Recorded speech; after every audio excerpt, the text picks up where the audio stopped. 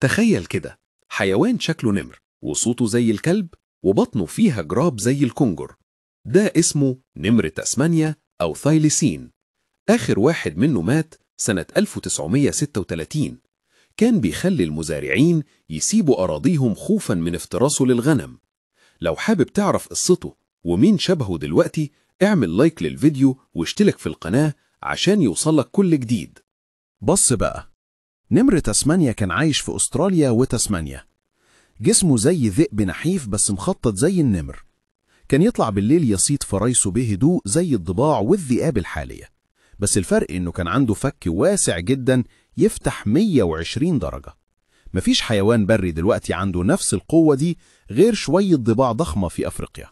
الخطورة بقى، كان مفترس قوي جدا للكنغوريات الصغيرة والطيور وحتى صغار الخراف. يمسك فريسته من الرقبة ويشل حركتها في لحظات زي الضباع دلوقتي.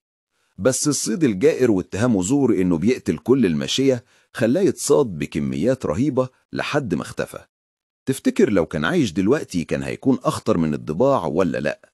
اكتب رأيك في الكومنتات.